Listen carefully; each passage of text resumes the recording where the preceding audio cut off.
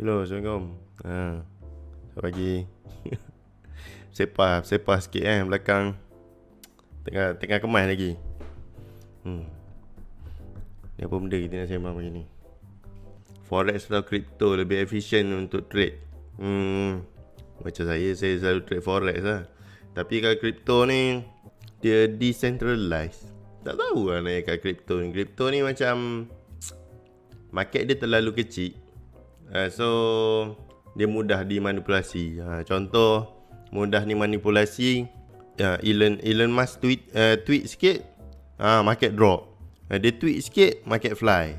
Cuba dia tweet sikit pasal negara-negara. Tak boleh sebab bila main dengan forex ni, dia lagi stable lah bagi saya. Sebab dia tak ada orang boleh manipulasi. Kalau nak manipulasi, dia kena ada $1 trillion. Ada je orang boleh manipulasi. Tapi dia bukan sesiapa saja. Kalau boleh orang yang boleh manipulasi forex ni mungkin lah Illuminati. Ting.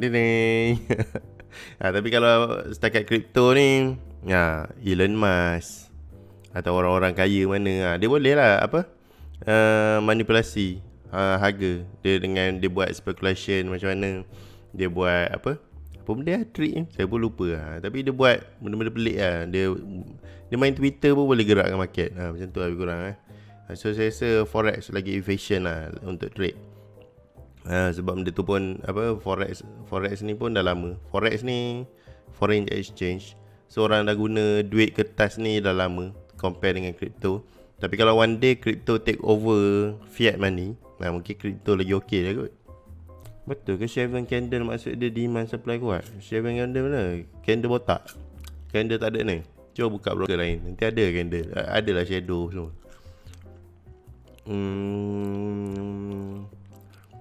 First time dapat join live. Join. Tapi recorded untuk member je So kalau tak nak join member, sila screen record. Kalau tahan telefon korang sebelum jam ke apa, 3 jam Selamat pagi semua. Rodok. Okay, orang cakap kalau nak cakap pasal Illuminati kena buat live kat dalam kereta. Tu lah, saya tak ada kereta. Sorry lah. Saya punya kursi gaming saya dah hancur lah masa pindah itu. Dia koyak-koyak habis dia punya dia punya fabric yang selamat kursi isteri saya. So tak ada nampak macam racing kan. Nampak gegar ni sikit. Macam kalau kancil turbo bila masuk punya boost turbo tu kan, bergegar-gegar dashboard Kalau kancil turbo dia punya stutu. Kalau yang selalu main kereta tahu bunyi stutu. Kita layan. Saya habiskan biskut ni, kita start. FTR and MDA datang apa? Saya pun tak sure. FTR saya tahu MDA datang apa. Cuba bagi nombor penuh kan, teknik-teknik baru yang dikeluarkan. Sebab dia tak boleh nak explain FTR, dia keluar MDA. MDA apa? Office baru, rumah baru. Office baru. Saya mana ada rumah. Sebab bila kita kerja sendiri rumah kita tu lah office. Cikgu pencipta FTR Red Sword 11. Apa benda ayat ni? Cikgu pencipta FTR gunalah koma. FTR tu kalau tak silap saya bukan Red Sword. FTR tu term daripada Read the Market. Ifmiante, student kepada Red Sword 11. Red Sword 11 dia lebih kepada macam explain benda ni break. Tapi perkataan-perkataan macam price fail to return to something tu dia ada sebut lah. Tapi dia tak ada sebut spesifik benda tu adalah FTR. Tapi dia sebut, dia bagi macam benda-benda yang berlaku dalam market. Lepas tu student dia bagi satu nama general sebagai rujukan. Macam tu. So live yang minggu lepas kita dah cover macam mana nak identify base. So hari ni kita nak belajar lukis base lah. Kita nak belajar backtest sikit, cara nak backtest sebenar. Sekali-kala buatlah live bersama Cikgu Mansur, mesti meletup. Saya tak suka, bukan tak suka, takut bercanggah pendapat. Kalau saya join live dengan Cikgu Mansur, saya akan follow Cikgu Mansur je lah. Sebab saya ni lebih kepada apa? Red Sword 11. Saya lebih kepada style Red Sword 11 lah. Kalau macam Cikgu Mansur, dia lebih kepada style read the market. If Miente. Saya style saya read Red Sword 11, takut bercanggah. Dia ada lain sikit lah. Macam saya ni lebih kepada basic lah, basic. Okay, jom kita start Sampai tu kita sembang-sembang sikit. Kalau saya batuk saya makan ni. Kita promote, nanti saya tak link Shopee ke. Hanzul tak link Shopee dapat duit ke? Mesti dapat. Takkanlah buat kerja free. Bismillahirrahmanirrahim.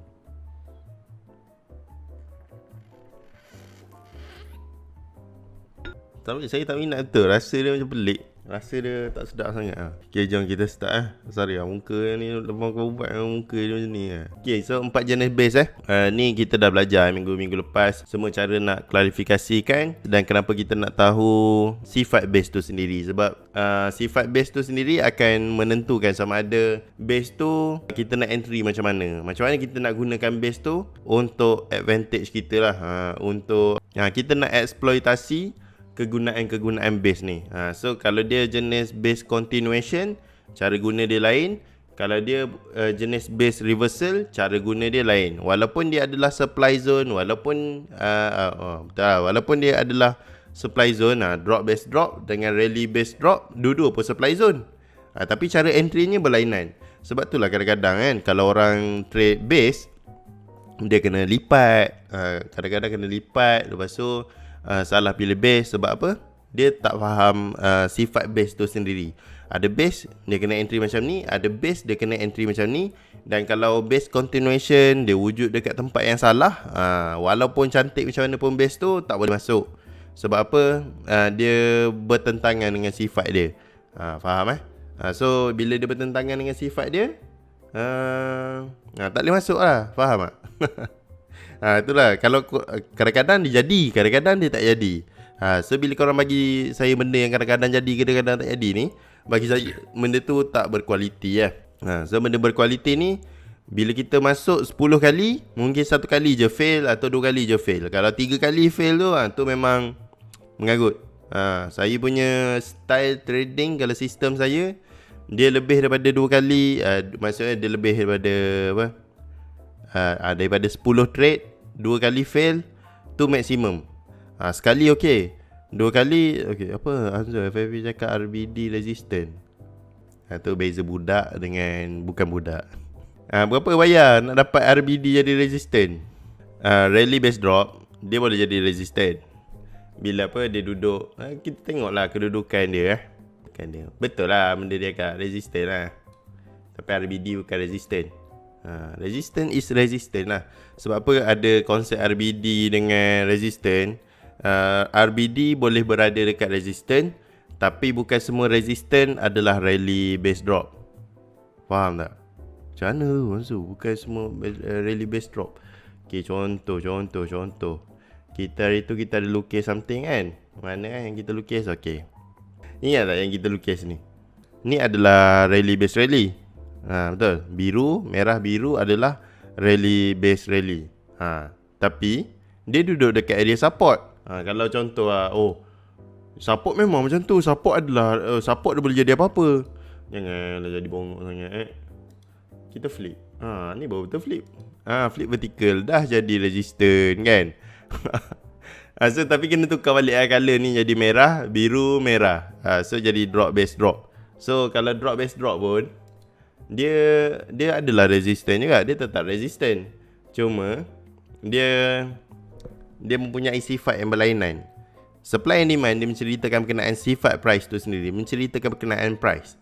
Okay, kalau SNR, jangan cakap saya tak erti SNR. Nak power supply and demand, wajib power SNR. Nak power supply and demand, wajib power SNR. Supply and demand ni, dia satu konsep di mana korang kena tahu reason. Supply, contoh SNR dengan SND. SNR adalah adalah effect. Adalah effect. SND pula adalah reason di sebalik effect tu.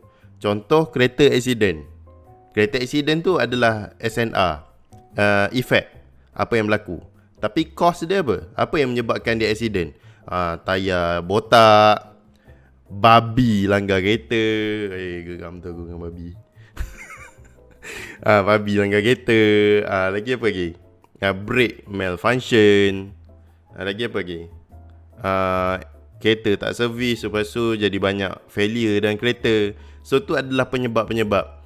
So untuk korang tahu penyebab-penyebab ni, korang kena tahu lah dulu kereta tu accident. Kereta tu accident pecah kat mana, dia lalu skip macam mana. So SNR ni benda dekat situ, apa yang korang nampak. Tapi SND ni pula sebab apa dia jadi macam tu? Sebab apa bila sampai dekat kenapa bila sampai kat sini dia drop? Kenapa bila sampai kat sini dia naik? Kenapa bila sampai kat sini dia turun? Kenapa dekat tengah ni dia turun lagi? Kenapa dekat sini sampai dekat resistor ni tembus? SND menceritakan berkenaan SND ni menceritakan berkenaan kenapa benda ni bergerak begitu. Kenapa dia drop? Kenapa dia naik? Sekarang saya nak tanya siapa yang tengok seri belajar mesti tahu. Kenapa price turun, kenapa price naik? Siapa jawab? Boleh jawab? Kalau dekat seminar saya bagi duit tapi dekat sini saya sebut nama korang.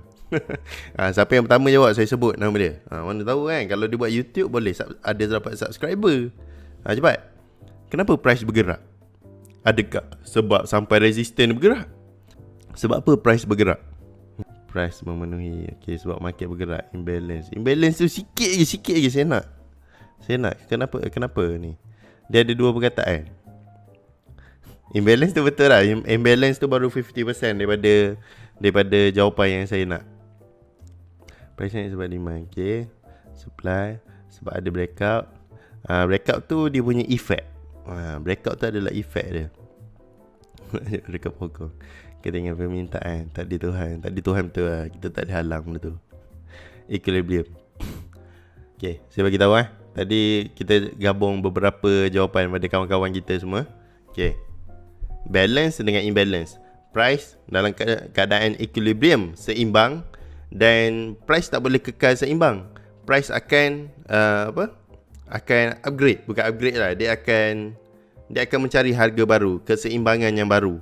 So dalam mencari keseimbangan yang baru, harga akan berubah, akan berlaku breakout. Macam tadi ada seorang brother bagi tahu breakout. So market ni adalah balance imbalance. So dekat dalam market ni, contohlah harga ayam berapa? Harga ayam RM9. Sekarang harga ayam berapa? Saya pun tak sure sangat macam ni Zo tak tengok harga mana. So contoh harga ayam RM9 kan. Dulu ada jual beli kat sini, bagus je jual beli dekat sini, RM9. Tiba-tiba ayam tak ada stok pula dah. So bila ayam tak ada stok, harga naik sampailah jumpa keseimbangan yang baru. Ayam banyak stok pula datang, gemuk-gemuk semua So jadilah RM12. Dekat tepi chart tu, tu semua adalah harga. Yang bawah chart pula ni adalah masa. So sampai kat sini harga jadi RM15. RM15 sekilo kan. So RM15 sekilo ada jual beli semua. Tiba-tiba ayam tak ada stok balik. So bila ayam tak ada stok balik, dia berlaku kekacauan dalam market. Market ni dia nak duduk dalam keadaan seimbang, di mana penjual dan pembeli mempunyai harga yang mereka setuju untuk berjual beli. So ni adalah harga seimbang. Dalam supply and demand akan ada fourth law. Dia ada bukan fourth law, dia undang-undang yang keempat. Undang-undang dalam supply and demand ni ada 4. Kalau saya ingat Kalau salah sikit, sorry lah. Yang pertama demand. Kejap. Yang pertama supply. Kejap, saya tengok nota sikit boleh? Takut terbagi ajaran sesat pula. Jom kita google sikit. Fourth law, supply and demand.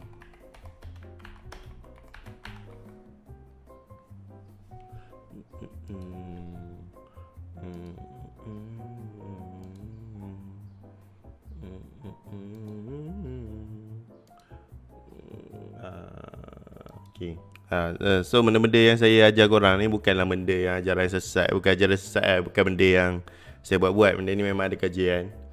So untuk 4 law of supply and demand, yang pertama adalah law demand. Kalau semakin tinggi harga sesuatu barang, buyer akan hilang interest untuk beli. Ini adalah dalam law of demand. Demand akan berkurang bila harga meningkat. Contoh, kalau GTR harga Alza, orang beli Alza ke orang beli GTR? Orang beli GTR kan. Tapi kalau GTR tu terlalu mahal, 800,000 rasa, dia terlalu mahal harga dia. So bila harga dia dah terlalu mahal, dia orang akan hilang interest lah. Rasa tak nak beli. Mahal sangat lah. Tak perlu pun dalam hidup ni. Dah lah kereta 2 pintu, sempit, seat belakang pun bukannya boleh masuk orang sangat. Lepas tu bising lagi. Jiran tak suka lah dengar bunyi V6 kan. Macam bunyi mat rempit. Baiklah beli Alza kan. Maksudnya apa semua kan. Okay. Dalam law of demand, bagi perspektif demand, bila harga terlalu tinggi, mereka akan hilang keinginan untuk membeli. Maka demand akan berkurang bila harga tinggi. Faham Lepas tu dalam law of supply pula, dalam hukum supply pula, dalam hukum supply, semakin tinggi harga, semakin banyak lambakan komoditi dekat dalam market. Faham Tulis So kalau supply ni, bila dia bila harga tinggi, akan banyak berlaku lambakan dekat dalam market. Maksudnya kalau contoh GTR tadi kan 800,000 harga. Dia pun supply sebab kalau 800,000 ni tak ada orang nak beli. So bila tak ada orang nak beli, apa jadi dengan market? Tak payah GTR sebab orang banyak je mampu beli, bukan mahal sangat pun. Kita cerita pasal ayam. Kita cerita pasal ayam, makanan kan. So ayam ni dia harga dia tinggi gila. Tapi kalau korang semua boleh boykot, bukan boykot lah, hilang keinginan untuk makan ayam. Mahal sangat lah ayam. Ayam berapa harga yang jadi mahal sangat? Saya tak sure sebab saya selalu pergi KFC, harga sama je rasa. Ya ke? Tak ada lah. Tapi contohlah, ayam harga sampai 100 kilo. RM100 sekilo dah macam beli Wagyu kan. Sebab populasi ayam tu dia tak dikontrol. Cuma seller ataupun supplier nak bermain dengan harga. So dia nak main dengan harga, dia nak main dengan market. Dia nak tahu berapa sebenarnya korang mampu beli, berapa sebenarnya rakyat nak beli ayam ni. So dia naik harga, kau naik. Selagi mana rakyat ataupun majority market ni boleh bayar, boleh beli, maksudnya demand tu masih ada. So dia akan terus bagi. Mula-mula RM10, mula-mula RM10, naik RM20, RM30, RM40, lepas tu RM50 sekilo. So dah sampai RM50 sekilo tu, orang memang dah tak tahan lah. Baik aku makan rumput daripada aku habis duit dekat ni. So bila dah sampai tahap tu, orang dah hilang keinginan untuk membeli. Dah hilang keinginan untuk makan ayam tu. Itulah konsep supply and demand. Ni membawa kita kepada hukum yang ketiga. Hukum yang ketiga ni, hukum demand dengan hukum supply, dia akan berinteraksi antara dua, mencari harga yang mereka dapat setuju untuk membeli. Untuk harga yang harga yang ngam lah, di mana supplier dengan buyer dapat bersetuju untuk dapat harga tu. So persetujuan ni akan berkaitan dengan volume dekat dalam market. Tadi kita kena ingat balik, dia adalah price volume analysis. So harga berinteraksi dengan volume dekat dalam market. So dalam law of demand, semakin tinggi harga, semakin kurang keinginan untuk membeli. Dalam law of supply, semakin tinggi harga, semakin banyak lambakan dekat dalam market. Banyak barang tak habis dijual.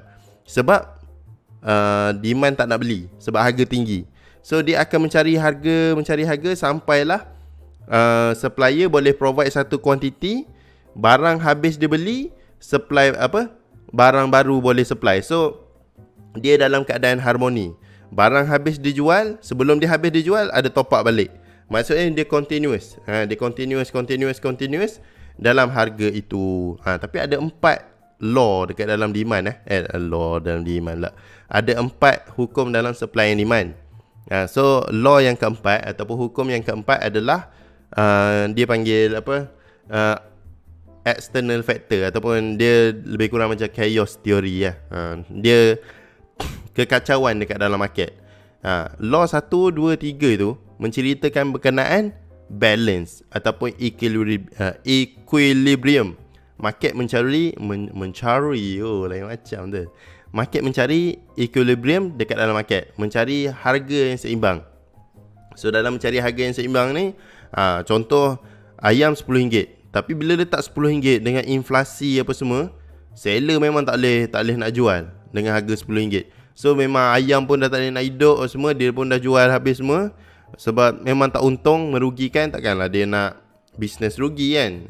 Dan ada je orang bisnes rugi. Dia macam fikir balik, kalau aku letak harga mahal orang tak beli, tak apa aku letak harga murah. Disebabkan dia letak harga murah tu, bisnes dia lingkup.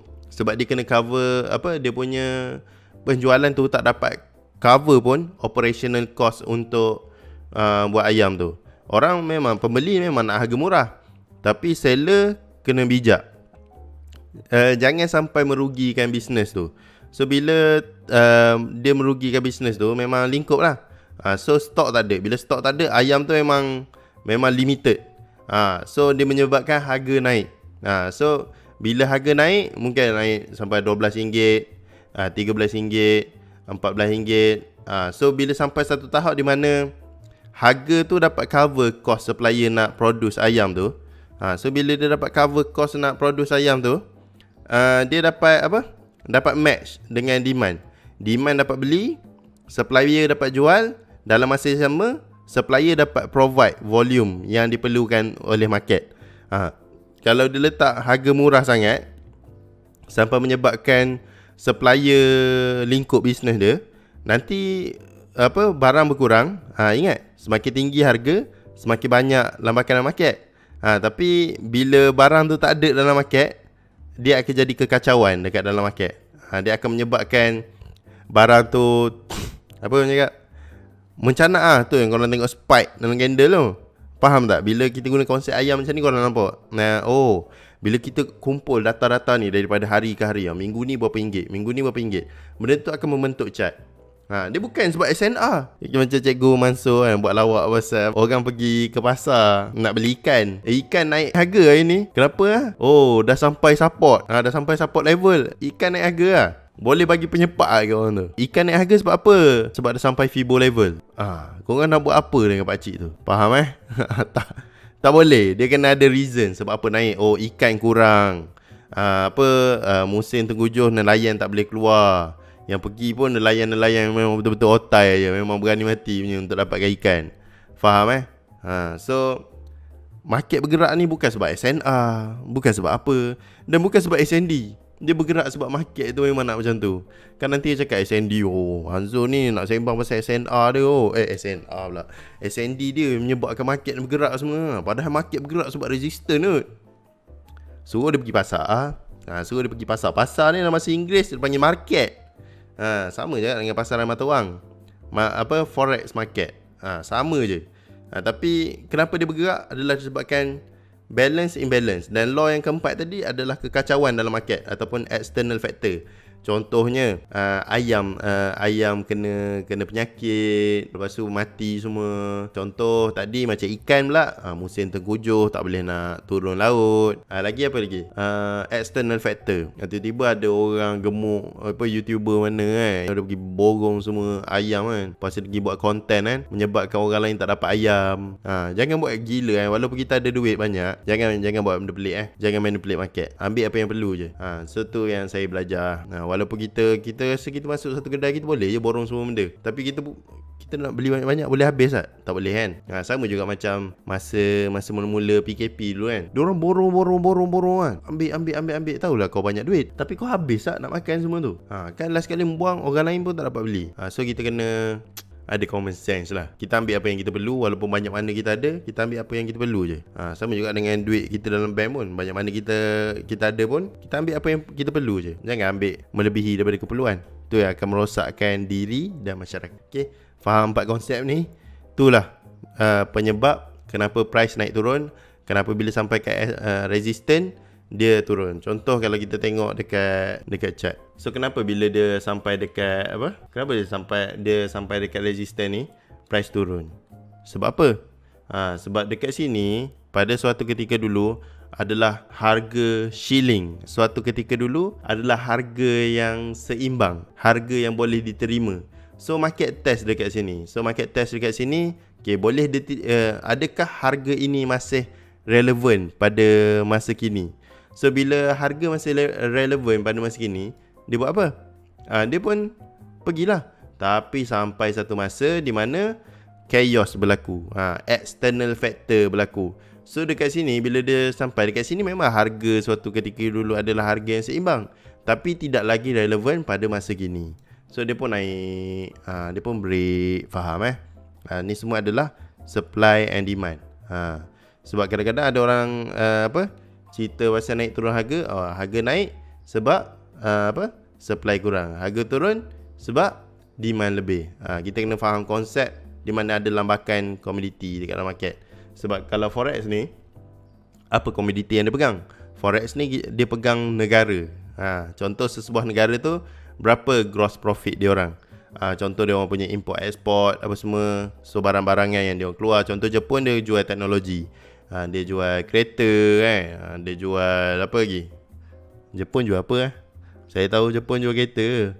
Jual teknologi apa-apa teknologi yang dia jual. Sebab Jepun ni kan top dalam teknologi. So dia jual teknologi apa dekat luar. So bila Jepun nak jual something dan negara tu nak beli something pada Jepun, dia kena tukar duit ke dalam Japanese yen sebab dia nak beli barang dalam Japanese yen. Contoh orang nak beli kereta daripada Jepun, GTR contohnya kan. So dia nak beli GTR daripada Jepun direct, dia kena tukar duit Malaysia, tukar kepada duit Jepun, beli barang tu kat Jepun. Lepas tu barulah boleh bawa balik. Takkanlah korang nak pergi Jepun bayar guna ringgit Malaysia. Kena ludah nanti. Faham So bila kita beli Japanese yen, bila kita nak beli something daripada dia, kena tukar Japanese yen Kita nak beli kereta tu, tapi kita tukar Japanese yen. So Japanese yen tu sebenarnya kita dah mengukuhkan dia punya ekonomi negara dia, sebab kita dah beli Japanese yen. Faham tak? Faham tak? Kita dah pegang something daripada Japanese yen tu. Kita dah beli saham negara tu. Lebih kurang macam tu lah. So semua forex charts ni, forex market ni, semua benda dia representkan sesebuah negara tu. Kita sebenarnya invest pada negara tu. Faham contoh macam Farid Adin bagi tahu kan. Macam contoh tiba-tiba ada news dan dia akan break previous equilibrium. Betul. News tu adalah external factor lah. So sekarang kita akan belajar backtest. So macam mana cara nak backtest? Tulis dekat buku Sekejap. Okay, so untuk backtest ni, kadang-kadang orang backtest dia random dia lukis. Dia random, dia lukis sini sikit, sini sikit. Dia lukis secara random. Bila korang lukis kadang-kadang orang lukis base, lukis chart pattern, dia main random. Sini jumpa satu, sini QM. Lepas tu dicari lagi. So benda tu tak akan membantu korang pun dalam trading sebenarnya. Sebab apa? Sebab korang lukis benda yang random.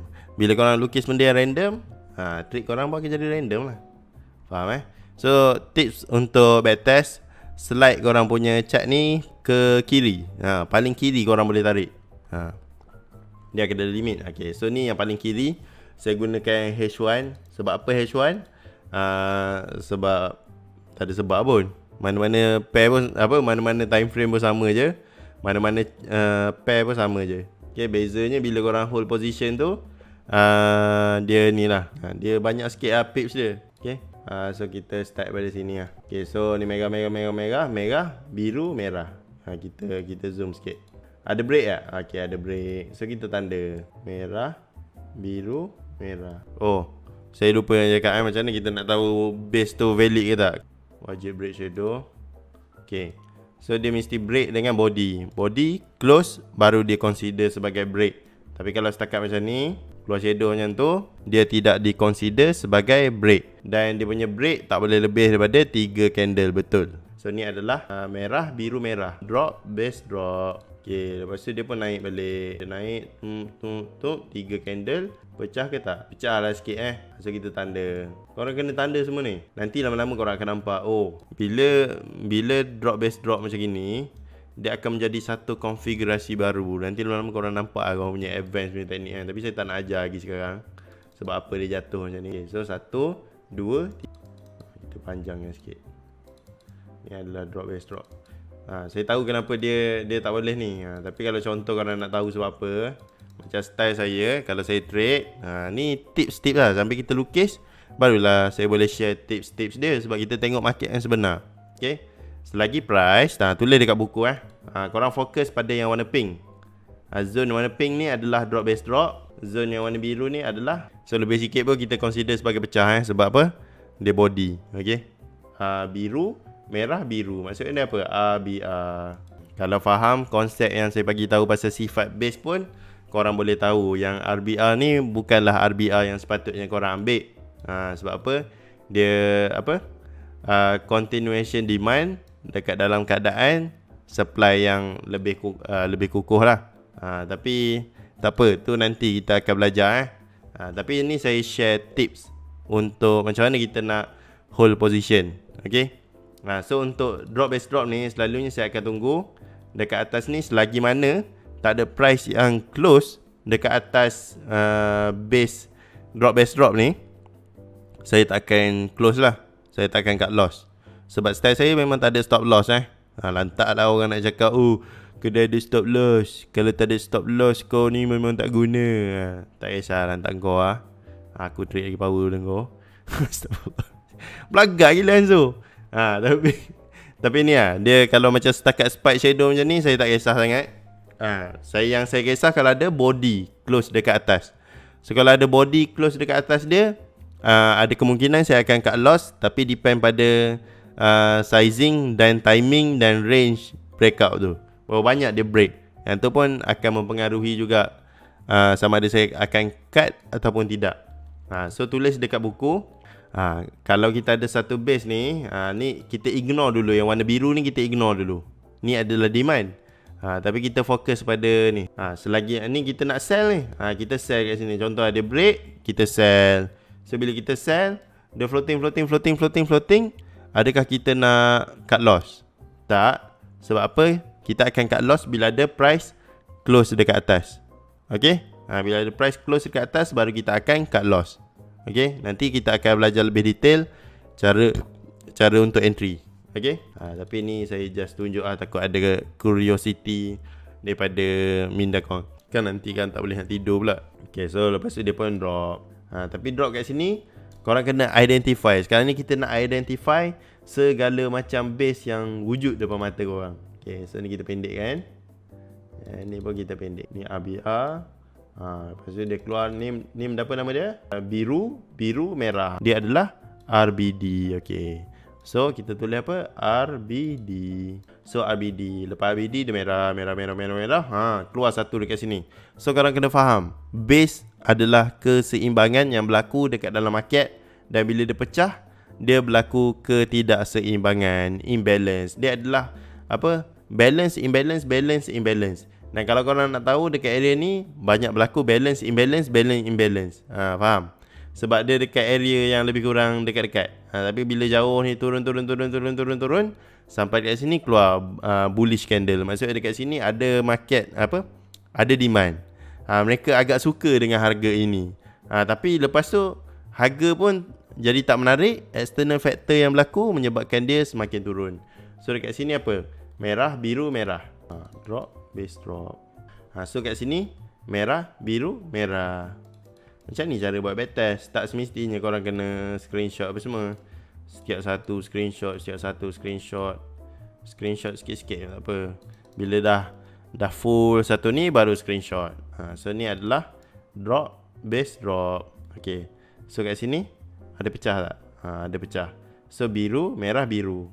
Ni apa benda candle ni? Candle apa ni? Jom kita tengok sikit apa benda berlaku kat sini. Ni kita akan buat correction sikit. So bila candle ni dia tak ada perfect. Tapi bila jumpa macam ni, macam mana kita nak tahu apa benda yang betul, apa benda yang salah. Okay. So dekat sini open. Kita kena tahu dulu. Untuk candle bearish, open ni kat mana? Okay, open kat sini. Open, close. Open, close. Nampak OC. Lepas tu kalau biru, open, close. Okay, maksudnya yang biru dekat sini apa berlaku ni? Tiba-tiba dia open dekat sini. Maksudnya dekat sini sebenarnya adalah shadow saja. Harap faham lah Saya lukis dekat pen Okay, so ni adalah open. Nampak tak ada gap-gap lah. Gap kita boleh lukis balik. Okay. Kadang orang nak senang je hidup. Oh, gap. Tak ada, saya bukan menganjing. Tak ada, betul.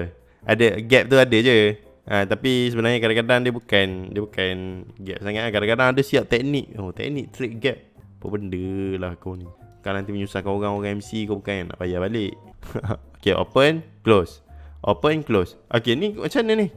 Dia patutnya dia kena macam laluan macam tu. Dia patutnya macam apa orang cakap, dia macam bacat. Ada masuk, ada keluar. Ada masuk, ada keluar. Dia tak boleh tiba-tiba korang masuk kat pintu ni, korang jadi keluar dekat portal lain.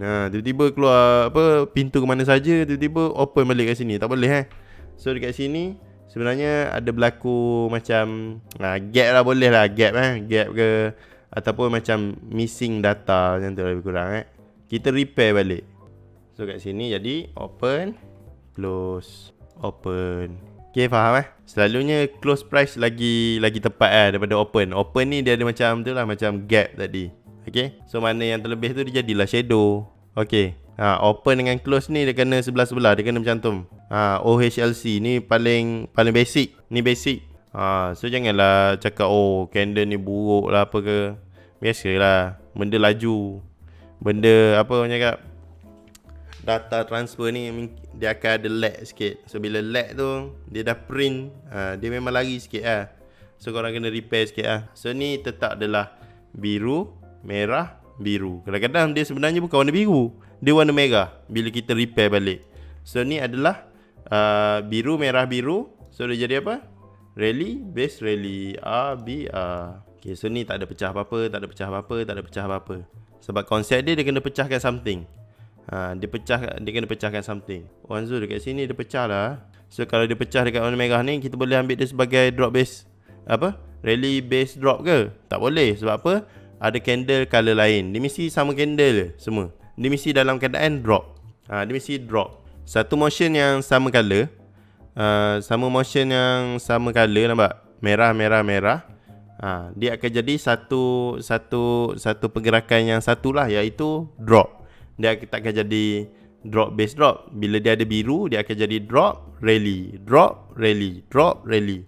So bila dia sama color, barulah kita boleh consider dia sebagai base apa semua. Tapi kalau dia tak sama color, kita tak boleh nak ambil dia sebagai base. Faham Sebab dia tak ada konfigurasi yang kita nak. Dan lagi satu yang kita kena ada adalah yang pasal dia break shadow ni. Kalau dia tak ada break shadow pun, kita tak boleh ambil dia sebagai base. Okay. So ni kita tak boleh ambil dia sebagai base. Yang kita boleh ambil sebagai base yang ni, warna biru ni. Okay. Yang merah ni pun tak boleh. Sebab apa? Tak ada apa yang pecah. Nampak? Tak ada apa yang dipecahkan. Okay. So dekat sini kita boleh ambil sebagai base. So ni merah, biru, merah. Merah, biru, merah ni apa benda? Drop, base, drop. So lepas tu kat sini dia lalu lagi. Yang merah ni boleh jadi apa-apa? Tak boleh. Sebab apa? Dia ada warna merah kat sini. So warna merah, biru. Merah, biru ni apa benda? Merah, biru, merah ni adalah rally, base, rally. So rally, base, rally. Lepas tu dia naik lagi. Dia buat kat sini pecah lagi dengan dua candle. So bila dia pecah dengan dua candle, kita boleh ambil lagi sebagai rally, base, rally. Macam ni cara korang nak backtest Satu sampailah ke kanan. Dah habis pergi dekat M30 pula. Habis pergi dekat M15 pula. Semua time frame korang lukis macam ni. Dan semua pair yang ada pun korang buat macam ni. InsyaAllah nanti lama-lama korang akan pandai. So dekat sini biru. Okay, kalau kita tengok dekat biru ni, nampak dia ada colour lain. Bila dia bercampur dengan colour lain, kita tak nak. Okay. Merah ni pun sama, dia tak ada pecahkan. Biru ni pun sama, tak ada pecahkan. Merah ni pun tak ada pecahkan. Biru ni pun dia masih lagi tak ada benda pecahkan. Dia bercampur colour. Kita tak nak dia bercampur colour. Tulis dekat dalam buku. Kita tak nak dia bercampur colour. Okay. Merah ni pun sama. Dia bercampur colour. Yang ni macam mana pula? Okay, ni nice. Okay, so yang ni kita boleh ambil dia sebagai base. Dia break dengan 3 candle. So ni adalah apa? Merah. Kita tengok candle sebelum base. Base dengan candle yang memecahkan. So merah, biru, merah. So merah, biru, merah ni kita panggil sebagai apa? Merah, biru, merah kita panggil sebagai drop, base, drop. Tak semestinya resistant tu, kalau kita tengok pada line chart, tak semestinya resistant tu adalah rally base drop. Tapi dia boleh apa? Dia boleh juga dalam bentuk drop base drop.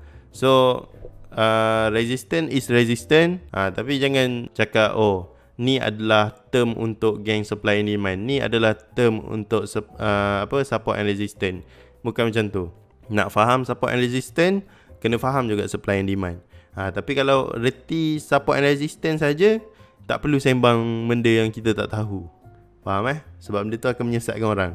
Tapi kalau kita nak belajar supply and demand, wajib tahu support and resistance. Nak belajar support and resistance, tak wajib tahu supply and demand. Tapi tak perlu juga ajar orang benda pelik-pelik. Okay. Tapi teknik apa-apa pun last sekali guna untuk buat profit. So harap berbala lah dengan investment korang tu siapa yang pergi belajar Okay. So dekat sini pula, mana kita tengok yang merah kat sini ada break apa-apa ke tak? Tak ada break apa-apa Kalau korang tak nampak, saya screenshot bagi besar. Nampak tak ada break apa-apa Biru ni tak berjaya break, lepas tu keluar warna merah. Tapi yang cantiknya dekat warna biru ni ada benda yang break, iaitu warna merah kat sini. Kat sini ada break. Tapi yang dekat sini tak ada break. So kita ambil dia sebagai yang ni lah. Kita ambil merah, biru, merah. So merah, biru, merah adalah drop, base, drop lagi. So dah sampai dekat tempat yang interesting, yang macam ni. Okay. Apa benda nak buat ni? Apa kejadah ni Anzo? Apa benda ni? Tak ada ajar dalam siri belajar apa macam ni. Macam mana ni? Dengan Abang Jim kena PM dia lah. 5k standby. 5k okey lah. Korang bayang Abang Jim tu dah berapa lama trade? Lama kat trade. Pasti memang proven. 5,000 okey lah. Korang ni apa? Sebab dengan Hanzo dapat free kot.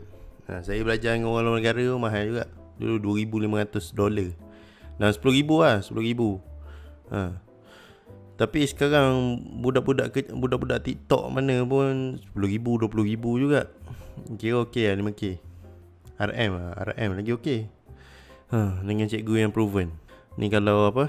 Kalau dengan apa yang apa sifu-sifu fake TikTok mengarut-ngarut, okey 10,000 tapi dengan Abang Jim okey sebab dia complete technical dia ajar, fundamental pun dia bagi.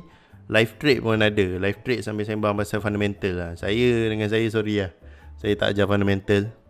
Saya pemalas. Saya teknologi pula. Technical okey. Abang Jim okey memang mahal. 5,000 memang mahal lah compare dengan RM10 membership kan. Tapi berbaloi sebab dia ajar fundamental.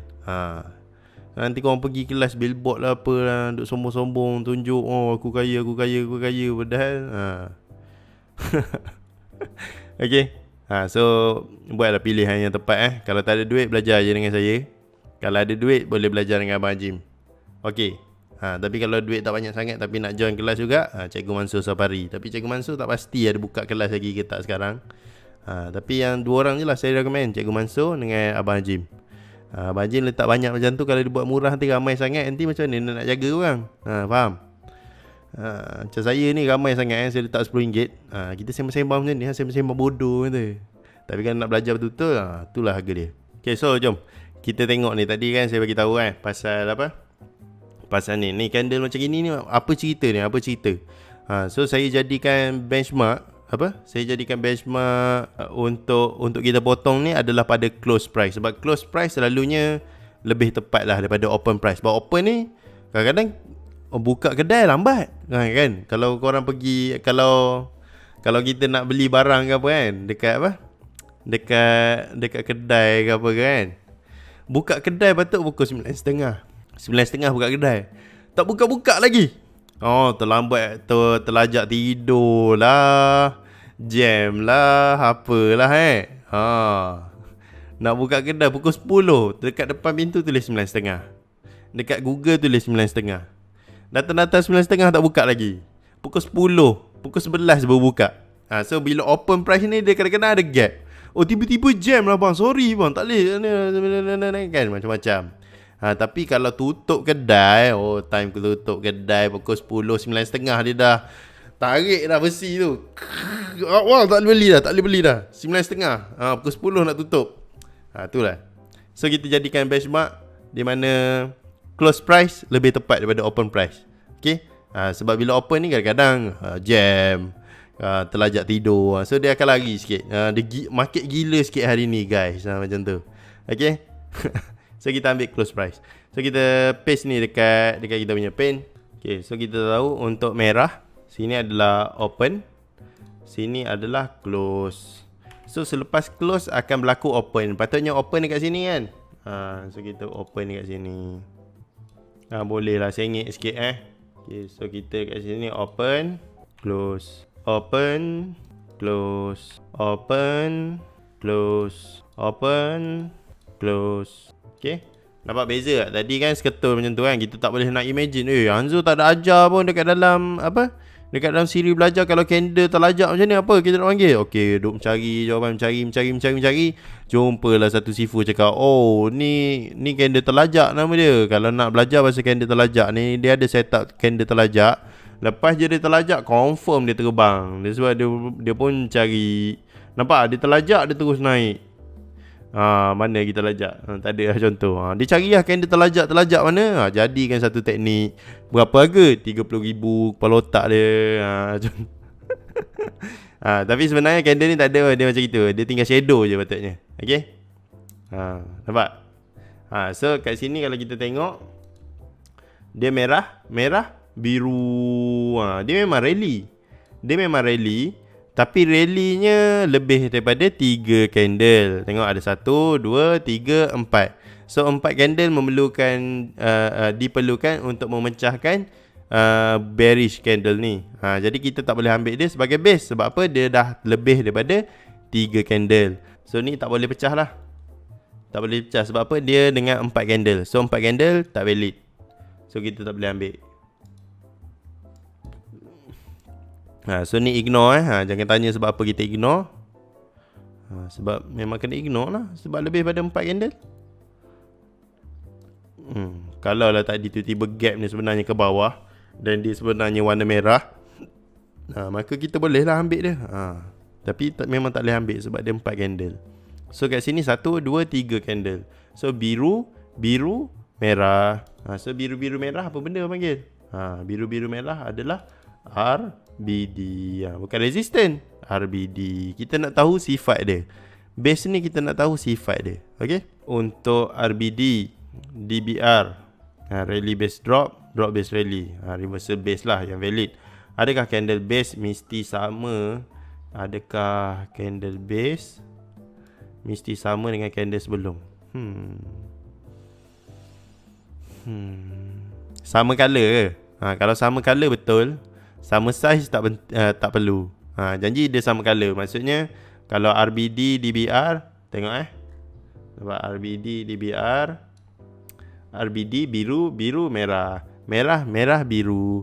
Faham Jom kita lukis lagi supaya kita dapat gambaran dia. Bila kita backtest ni kita akan nampak lah. Kalau tak backtest tak nampak. Sebelum nak live trade kenalah reti dulu, identify kan. Kalau tak tahu live trade ni jadi bukan live trade, jadi follow signal. Kerja follow signal orang. Ni boleh ambil ke tak? Tak boleh sebab apa? Dia memang pecah. Dah lah pecah dengan lebih pada 4 candle. Lepas tu dia ada merah kat tengah ni. So tak boleh. Dia mesti sama color. So dekat sini sebenarnya drop, rally, tapi tak sempat nak makan dia punya drop tu. Lepas tu dia keluar balik merah. So kita ambil merah dekat sini lah. So merah kat sini pecah dengan 1 candle. So kat sini adalah rally, base rally. Kalau pergi TF yang lagi kecil, bukan ke lagi banyak candlenya, kita akan fokus pada satu time frame saja. TF lagi kecil. Kita Ni baru join ke? Itu kita dah sembang pasal time frame kita dah cerita dekat time frame kecil lah. Tapi jom kita okay, contoh dekat daily. Okay, ni adalah dekat daily dekat daily kira besar lah juga time frame, tak ada besar sangat tapi okey lah so daily besar. So kita pergi kat lower time frame. Kat lower time frame mana pergi yang tadi, yang biru tadi seketul dah tak ada. Okay, so kita fokus yang ni pula. Yang ni faham setiap time frame ada base-nya tersendiri, setiap time frame ada structure-nya yang tersendiri. Sebelum mahir single time frame, sebelum nak pergi ke multi time frame, sila pastikan mahir dulu single time frame. Sebelum nak main multi kena power dulu single lah. Tadi memang macam gini. Tapi kalau macam gini, mana yang validnya? Apa benda yang valid? Sama juga bila orang cakap apa? Shadow adalah break. Bagi saya shadow bukan break. Sebab apa? Shadow bukan break. Contoh kita ambil yang warna biru ni. Ni lah contoh shadow Shadow ni contoh. Okay. Ada orang kata shadow adalah break. Tapi bagi saya bukan break. Tapi orang kata dekat lower time frame mesti ada body. Okay, jom kita tengok. Kita tanda dulu biru ni. Mana pergi yang body tadi? Ni sampai dia terlajak macam ni. Faham tak? Dia setiap time frame. Tak faham ni. Kejap kita pergi M5. Nampak dah jadi cacah merbah. Setiap time frame ada candlenya tersendiri. Setiap time frame ada dia punya base-nya tersendiri, ada structure-nya tersendiri. Tapi bila kita nak go lower time frame macam ni, kita akan mencari decision point. Okay, bukan kita nak cari base yang sama yang menyebabkan apa? Validnya sesuatu base dekat higher time frame tu. Saya harap faham lah Kalau tak faham, tengok live sebelum ni. Abang nak tanya, apa syarat candle engulf yang valid? Cuba guna term yang saya ajar. Jangan guna term yang korang belajar dekat luar. Candle engulf, apa yang korang masukkan dengan engulf? Engulf bagi saya ada dia agak berlainan dengan orang panggil bearish engulfing, bullish engulfing. Agak berlainan konsep engulf bagi diri saya. Kalau boleh study dulu apa yang saya ajar dan gunakan term yang saya ajar. Sebab engulf ni kalau saya panggil base sebagai bearish engulfing, bullish engulfing, nanti bila korang nak belajar price action engulfing nanti masa tu korang ni basah kepala. Sebab term sama. So kalau base, panggil je base. Tak ya, bearish engulfing, bullish engulfing tu kan candlestick pattern. Candlestick pattern ialah sebagai supply and demand, dia kena tahu semua benda. Bukan semua benda indikator tak payah tahu. Bukan indikator selain candlestick tapi kalau boleh dia base. Contoh pisang besar ni besar mana? Okay. Small pp, big pp. Mana tanya, apa syarat candle base Saya contoh base yang valid. Nak tengok time frame mana? Time frame tak kisah. Ni kalau saya assume candle engulf ni sebagai base sebagai base. Okay. Base yang valid adalah base yang dipecahkan dengan body. Tengok balik dekat siri belajar sebelum ni. Saya dah bagi keyword tu. Base yang valid adalah base yang terwujud hasil daripada terpecahnya body. Macam mana nak baca news? Kena belajar membaca Boleh tengok dekat Forex Factory. Tulis Forex Factory News ataupun Economic Calendar. Tulis Google Economic Calendar. Nanti keluar lah tu. Macam Forex ni pun saya tak ada pun run ads ke apa ke. Korang jumpa saya. Saya ni macam tempat untuk korang belajar. Kan? Saya tak ada promote macam pajak. Korang nak buat duit, mari sini saya ajar. Tak ada. Ikut pandai korang. Korang jumpa saya, maksudnya korang nak belajar pasal trade, tak ada pasal ain. Ni bukan tempat untuk korang buat duit sangat pun. Tapi kalau korang betul-betul nak berjaya dalam bidang ni, silakan. So dengarlah saya cakap ni. Belajar. Ambil 100 pip, 200 pip. Bila kita ambil pip setinggi, kita ada duit ke, tak ada duit ke, kita akan dapat. Kita akan macam ni cakap, kita akan dapat buat duit. 0.01 100 pip $10. Tu average lah. Tengok pada pair korang trade juga. Ada yang terlajak sampai $11, ada yang terlajak kurang sikit $9 macam tu. Tapi around that lah, $10 kalau 0.01. $10 tipu 0.01 dapat lah. Boleh lah 0.01. Si ada orang layer sampai 2-3 kali. Tapi janganlah buat macam tu. Okay, imagine dengan modal $10, 0.01 korang boleh buat 100% dengan satu trade 100 pip. Imagine korang ada 100k USD. Korang pula tekan berapa? 10. 10. Korang kira-kira sendirilah kan. 100 pip dah berapa? Boleh lah nak pakai kereta mahal apa semua. Ni kalau setakat 1 pip, 2 pip, lepas tu sembang kau macam macam tu lah tadi, pisang besar. Pisangnya tak besar mana pun, tapi dia bagi tahu, pisang saya paling besar sekali.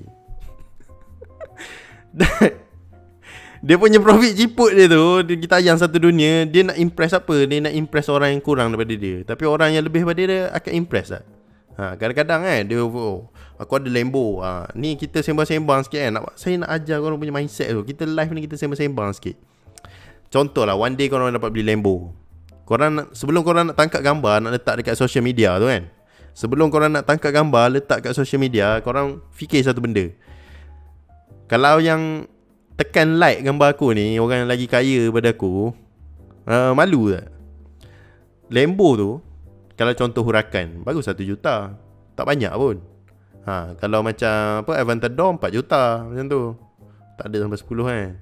Saya rasa 4 juta macam tu je, tak mahal pun. Tapi apa, korang bayang jalan raya, bangunan, tak payah cakap jalan raya kan. Jalan raya orang cakap kerajaan punya. Ni menara-menara kat KL yang tinggi-tinggi tu kan. Ada kan banyak menara tu. Setiap satu menara tu ada owner, ada pemilik. Dia bukan tak ada pemilikan tu apa, non-government organisation, company orang punya. Tu bangunan tinggi yang korang tengok tinggi-tinggi semua tu, ada yang bukan kerajaan punya, ada yang kerajaan punya. Tapi kebanyakannya yang bukan kerajaan punya. Faham tak? So setiap bangunan tu ada pemilik. Compare harga bangunan tu dengan korang punya Lambo tu. Compare contoh Bugatti contoh korang beli Bugatti contoh. Harga Bugatti tu compare dengan harga menara pencakar langit dekat KL tu. Compare harga. Kau nak belagak dengan siapa? Atas kau ada kaya lagi. Ada yang cakap Illuminati punya, tapi takkanlah apa Syekh Muhtar Bukhari Illuminati tapi tak tahu kan. Mana tahu kan. Tapi itulah, bukan semua nak kaya bukan mesti kena join Illuminati ke apa. Kadang-kadang memang orang tu memang kaya, memang bijak berniaga. Mungkin dia daripada keluarga yang memang kaya, lepas tu ayah dia turunkan ilmu kat anak dia untuk berniaga. Ni bapaknya jual jamu, anaknya nak ajar trade forex. Kepala otak dia tak sama. Tapi kalau bapaknya jual jamu, anaknya jual jamu juga, boleh lah, pergilah belajar. Memang bagus. Sebab dia panggil apa, generational wealth, generational knowledge, apa, ilmu yang diturunkan daripada generasi ke generasi. Kalau nak belajar dengan dia, silakan. Tapi ni ayahnya bisnes lain, anaknya tiba-tiba jadi expert dalam bisnes lain. Kan pelik tu kan. Contoh Hanzo dia memang dalam bidang trading. Anaknya pula memang jadi fund manager yang power dan dikenali. So nak pergi belajar boleh lah, memang sama. Tapi kalau anak saya tiba-tiba buat MLM ke, jual kowe ke kan, memang kena lah. Dia nak posing-posing depan kereta saya semua kan. Lepas tu bagi tahu, ni hasil daripada dia join program apa, ketum emas ke lah apa semua kan. Tak boleh lah. Memang saya pukul lah dia. Korang pun janganlah percaya, sebab benda tu memang tak logik. Faham tak? At least benda tu sama. Kalau contoh dia nak ikut apa, salah silah keluarganya punya kekayaan, at least sama niche lah. Benda bisnes yang apa orang kata, apa orang cakap, sama. Tapi kalau lain, macam mana tak sama. Tu benda tu korang boleh fikir logik. Lepas tu lagi apa lagi? Kalau dia tunjuk everything contoh tunjuk Lambo, GTA, Porsche. Tu je ke kau ada? Tu je ke? Lepas tu korang nak impress. Sebenarnya dia nak impress apa? Dia nak impress orang yang bawah daripada dia, orang yang ada lebih daripada dia. Contoh, kau ada Lambo je ke? Aku ada macam-macam. Takkan kau tak boleh tunjuk kereta lain lagi? Takkan ada satu je kereta kau? Takkan ada dua je kereta kau? Takkan ada tiga je kereta kau? Ni je. Mungkin lah kali pertama saya tengok, oh dia tunjuk Lambo, okay, nice. Okay, so dia tunjuk Ferrari, okay, nice, very good. Lepas tu tu je. Dua je. Yang tengok video dia pula ada 14 rumah. Setiap negeri ada satu rumah. Satu rumah ada 4 kereta. 4 darab 14, berapa kereta dia ada? Setiap satu kawasan setiap satu negeri tu dia memang ada kereta dia sendiri. Cakap takkanlah kereta kau 2 je. Kau aja trading sembang juta-juta kot. Aku pun tak adalah kaya sembang macam kau. Sebulan tak adalah juta, tapi 100,000 tu ada lah. Tapi takkanlah kau berjuta-juta, setiap hari buat juta-juta, ada 2 kereta je. Cakap nak belagak betul-betul lah. Faham Sekejap, saya tunjuk korang satu buku. Kejap. Kita bagi besar sikit. Nanti ni korang nampak pula saya berjalan Okay. So ni bagi non-Muslim boleh baca. Okay. Kalau nak baca lah. Okay. Buku pertama saya nak korang baca ni Mutakat Hadis. Dalam ni ada macam-macam cara untuk jadi manusia yang berguna. Boleh beli. Nanti saya letak link dekat link Shopee dekat description. Okay. Amalkan. Benda macam ni dapat mengubat hati korang daripada tengok benda pelik-pelik. Tengok orang tunjuk lembo, terus hoi getah. Terus satu tambih al-ghafilin. Ni pun bagus juga. Peringatan bagi orang yang lalai. Boleh baca ni, bagus juga. Tambih al-ghafilin. Sebab kita ni selalu leka selalu lalai. So kita perlulah baca-baca benda-benda ni. Tapi janganlah baca seorang. Panggil lah kawan-kawan kat masjid, baca, jom taklim sama-sama, aku baca kau dengar. Lepas tu kau pula baca, aku dengar kau. Baca sama-sama. Kalau ada ustaz, pergi ustaz ajar tambih al-ghafilin. Hari ni kita ada pengajian bedah kitab tambih al-ghafilin. Jangan terus lari. Sikit-sikit lari. Nak kejar apa? Tak lari yang TV tu. Okay. Orang kata dalam trading ni paling penting sekali emosi psikologi Baca buku pasal psikologi. Bukan setakat baca buku psikologi biasa. Ni rohani korang. Kalau rohani korang power, trade tu sikit je. Tahu base cap, sell buy, settle. Yang lain tu semua hati korang. Macam mana korang nak control korang punya emotion apa semua. Apa yang korang harapkan daripada $10? Takkanlah 1 juta. At least daripada $10 tu dapat $10 balik, Alhamdulillah. Faham kalau contoh daripada $10 tu dah dapat modal balik, trade lagi $10, $10, sikit-sikit. Sikit-sikit lama-lama jadi bukit. So dah dapat $100. Okay, sekarang ni daripada $100 kita buat pula $100 jadi $100, $100, $100, $100, $100, $100. Kalau loss pula, loss, kita ambil balik modal kita yang kita dah withdraw tu, masuk balik. Kita repair balik. Okay, $100 mungkinlah terlalu tinggi. Aku berharap terlalu banyak. Jom kita try separuh pula. $50, $50, $50. Faham? Janganlah $10 terus nak grow jadi 1 juta. Kita ada reasonable target. $10 boleh jadi 1 juta, tapi sikit-sikit. $10 buat dulu jadi 100. So target awal kita, aku tak nak banyak pun, 100. Dah dapat $100 buat apa? Withdraw, gunakan belanja orang. Ni korang tak pernah belanjakan duit. Macam mana korang nak ada duit banyak?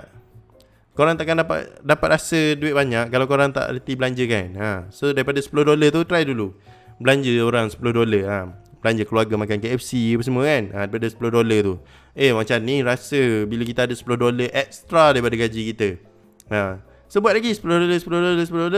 Bila skill korang dah meningkat, mungkin tiba-tiba daripada $10 tu jadi $20.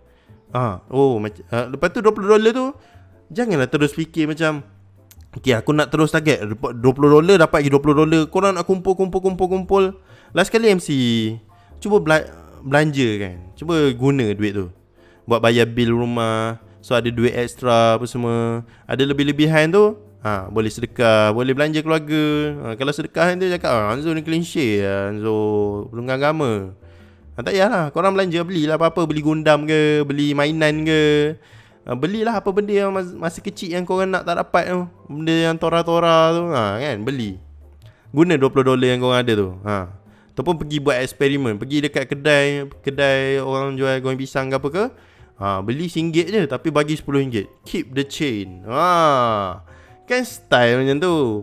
Selalu kalau kita tengok masalah kan, kadang-kadang kita orang Islam padahal kena bersedekah banyak kan. Tapi berkira dengan orang tepi jalan lah. Tadi saya bagi RM5, pakcik pulang RM4. Mana RM1 saya? RM1 tu kan makanan awak beli. RM4 lah balance. Macam tu. Bagilah lebih. Kan? Keep the chain. Macam tu. Faham? Keep the chain. Kita support dia berniaga, dalam masa sama kita bagi dia semangat. Kita sedekah. Sebab RM10 aku dapat ni pun daripada trade je. Tekan-tekan aku ada gaji aku sendiri, tak sentuh pun. Tapi aku dapat gembirakan orang lain atas usaha sampingan aku. Faham? So daripada situ tambah sikit. Lama-lama jadilah bukit. Jadilah power. Faham Janganlah terus gedebuk macam tu. Nak terus aku boleh $10 ni, ada $1,000 baru aku withdraw. Kalau boleh $10 pertama tu dah dapat modal, withdraw. Beli game ke, belilah apa-apa nak beli pun. Beli e-book ke apa ke. Nak contoh nak masuk kelas Abang Hajim kan. Jangan terus $10 terus nak target aku dapat $1,000 boleh masuk kelas Abang Hajim. Jangan. Kalau $10 boleh jadi $1,000 tu, kau tak payah masuk kelas lah. Kau dah power. Dah pandai trade dah. So sekarang ni kena belajar konsisten saja. So trade sampailah korang dapat experience tu. Faham So sembang masa sedekah dia orang sedekahkan dia. Macam tu. Dia ada kisah dulu ada seorang dalam dia kisah lah. Saya tak tahu dia hadis ke apa, saya lupa. Dia ada orang miskin tu, dia bersedekah dekat orang kaya. Sedangkan orang kaya tu bakhil. Haji bakhil. Memang kedekut orangnya. Tapi dia sebab dia orang miskin bersedekah kat dia, dia pun rasa terfikir pula, aku kaya, kenapa orang sedekah kat aku? Yang tu membuatkan dia selepas keesokan hari tu dia jadi manusia yang banyak bersedekah. Bagus lah. Okay. Boleh beli nasi ayam, macam-macam. So jangan terus target tinggi sangat. Buat benda kecil-kecil dulu. Okay, jangan buat kecil-kecil. Maksud buat kecil-kecil, jangan simpan, jangan compounding. Tak payahlah compounding. Buat dulu, rasa dulu macam mana rasa withdraw. Nanti tiba-tiba korang tengok $10 yang aku withdraw itu ada lagi 50 itu tak guna pun. 40 ringgit. 40 ringgit itu aku baru guna 20, ada lagi separuh. So $10 ni nak withdraw ke? Tak payah, tunggu dulu guna dulu untuk trade. $10 itu dah habis, 40 lagi tu dah habis. Okay withdraw lah $10. Sebab itu aku tak withdraw lagi. Withdraw $10. Lepas tu nanti bila dah $100 withdraw, 400 banyak kot. Cuba korang hidup macam kalau kita susah, kita guna berapa ringgit je. Macam dulu masa saya susah dulu, kalau saya pergi kerja lah, saya makan RM1 ke RM2. Kadang-kadang saya makan nasi kosong, kadang-kadang ada nasi dengan telur. Tengok based on duit yang tinggal balance, hasil dengan tipu dengan orang. Kadang-kadang bawa bekal. Tengok kalau mana yang boleh jimat. Tapi dalam berjimat pun korang kena belajar withdraw. Dan daripada duit withdraw korang tengok, korang dah guna ke belum duit yang korang dah withdraw. Kalau ada guna, kalau ada profit yang macam $10 lagi tu, withdraw lagi, sampai satu tahap di mana korang mungkin korang withdraw sampai $100 kan. RM400. Lepas tu ada profit lagi $100. Fikir balik, aku duit hari tu aku ada lagi, tak guna pun lagi. So kita trade dululah yang ni. Tiba-tiba ada pula orang datang minta tolong kita, bang, saya ni baru lepas accident lah apa semua. Bukanlah tiba-tiba datang tipu kita. Maksud accident tu berlaku depan mata kita, dan kita tahu dia perlukan kos untuk dia towing motor dia ke apa kan. Kita pergi ke dia, aku ala-ala ada 400, aku bagi ada 200 kat abang ni. 100 untuk towing, 100 lagi dia nak beli luka ke, beli hati dia ke, lantak lah. Bang, saya ni tak ada masa, saya ni busy orangnya, tapi ni saya ada duit sikit, abang boleh panggil towing apa semua, ni nombor abang towing, bagi tahu nak hantar ke bengkel mana-mana. Tak apa, abang guna duit ni dulu, balance tu abang guna dah buat beli makan ke apa ke, nak baiki motor ke apa ke. Ni je saya boleh bantu. Assalamualaikum, bye. Kita pergi macam tu je. Kan style macam tu kan. Style gila, jadi hero. Kau tak nak jadi hero ke? Macam tu, pergi ke orang macam tu. Ni belagak, tengok saya ada Lambo, tengok. Tiba-tiba ada orang datang jual tisu, nak beli RM1. Tak nak. Macam tu sampai tisu RM1 tak nak beli. tapi tunjuk kaya. Kan? Tak nak macam tu. Okay. So jom kita sambung. Asyik sembang lah Zul ni. Okay, so ni merah, biru. Okay, kita tengok biru dia dapat break sesuatu ke tak? Okay, so biru dia dapat break sesuatu. Okay, so ni apa benda ni? Merah, biru. Tapi nampak macam rally base rally. Sebab dia kan macam menaik macam ni. Kita nak tentukan rally base rally, drop base drop tu sebab kita nak tahu dia punya sifat. Adakah dia continuation ataupun reversal. So kalau dekat sini continuation tapi berlaku juga dekat dalam apa orang cakap macam uptrend macam tu lah, dekat impulse. So bila dia break ni, dekat sini dia break, kita terus boleh masuk, walaupun lepas tu kena lipat faham tak? Tapi macam tu lah selalu kehidupan dalam hidup ni semua benda nak kena sabar So dapat dalam 10 pip, lepas tu berak canak macam tu 36 pip. Tapi nak macam mana? Hidup harus diteruskan lah, rugi pun rugi lah. Okay. So ni apa benda ni? Drop base rally. Merah, biru, DBR. Alright. So kita lukis lagi. So merah ni tak ada pecah apa-apa. Biru ni ada pecah apa-apa? Biru ni ada pecah apa-apa. So kita ambil warna pink ni. Biru ni dia pecah dengan 3 candle. Ni apa benda? Merah, biru, merah. So dia adalah drop, base, drop. Jom kita lukis sikit. Okay. Apa benda ni? Tiba-tiba ni. Takkanlah dia open kat sini tapi turun ke bawah. Tapi kalau dia open kat sini, maksudnya merah ni ke bawah. Kita tak boleh hundur masa. Faham tak? Kita tak boleh patah balik ke masa lampau. Bila dia dah close, dia close. Bila dah close. Faham tak? Bila dah tutup kedai, tutup dah. Tak boleh nak cakap. Contoh hari ni saya tutup kedai pukul 10. Tiba-tiba sampai esok saya cakap semalam saya tutup kedai pukul 11. Tak boleh. Sebab masa dah berlalu. Benda dah jadi. Tak boleh kita ubah dah. Faham Dia tak boleh ubah dah. So yang silap sebenarnya apa?